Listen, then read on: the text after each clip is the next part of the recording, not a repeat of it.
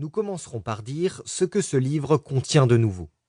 Puis, nous résumerons brièvement les points clés qui définissent et distinguent la stratégie Océan Bleu. Et nous dirons pourquoi nous croyons celle-ci plus nécessaire et plus pertinente que jamais. Qu'y a-t-il de nouveau dans ce livre? Cette édition comprend 2 chapitres nouveaux. Un autre a été complété.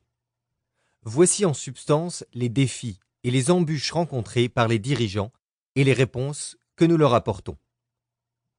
Alignement, ce qu'il signifie, pourquoi il est essentiel et comment y parvenir.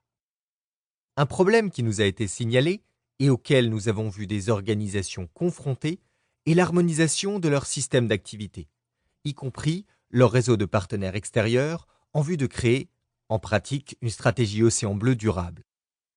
Existe-t-il une méthode simple mais compréhensible pour s'assurer que les composantes clés de l'organisation, valeurs, profits et hommes, sont alignées au service de la réorientation stratégique requise pour une stratégie Océan Bleu? La question est importante, car les entreprises privilégient trop souvent certains aspects de leur organisation alors qu'elles en négligent d'autres, pourtant indispensables à la réussite durable d'une telle stratégie. La question est légitime. Dans cette édition augmentée, nous nous interrogeons sur le problème de l'alignement dans le contexte des océans bleus. À l'aide d'exemples de succès et d'échecs, nous montrons comment réaliser l'alignement en pratique, mais aussi comment passer à côté. Tel est l'objet du chapitre 9. Renouvellement. Quand et comment renouveler les océans bleus au fil du temps? Toutes les entreprises progressent ou régressent en fonction des tournants stratégiques qu'elles prennent ou ne prennent pas. L'un de leurs problèmes est de savoir comment renouveler leurs océans bleus au fil du temps. Car tous finiront par être imités et rougir.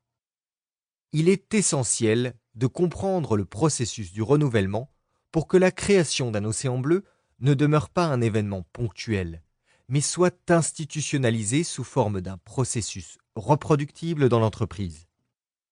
Dans cette édition augmentée, nous disons comment la création d'océans bleus peut ne pas rester une réussite statique, mais devenir un processus de renouvellement dynamique, à la fois au niveau de chaque activité, mais aussi au niveau global, pour les groupes diversifiés. Nous exposons le processus de renouvellement dynamique visant à obtenir des résultats économiques durables, tant pour une entreprise monoactivité qui a atteint un océan bleu, que pour un groupe diversifié cherchant un équilibre entre des activités relevant les unes des océans rouges, les autres des océans bleus. Ce faisant, nous montrons aussi en quoi la stratégie Océan Bleu et la stratégie Océan Rouge sont complémentaires pour une entreprise désireuse de gérer ses profits actuels tout en renforçant sa croissance et la valeur de sa marque pour demain. Tel est l'objet du chapitre 10. Pièges des océans rouges. Quels sont-ils et pourquoi il faut les éviter? Enfin, nous révélons les 10 pièges des océans rouges les plus fréquents pour les entreprises poursuivant une stratégie Océan Bleu.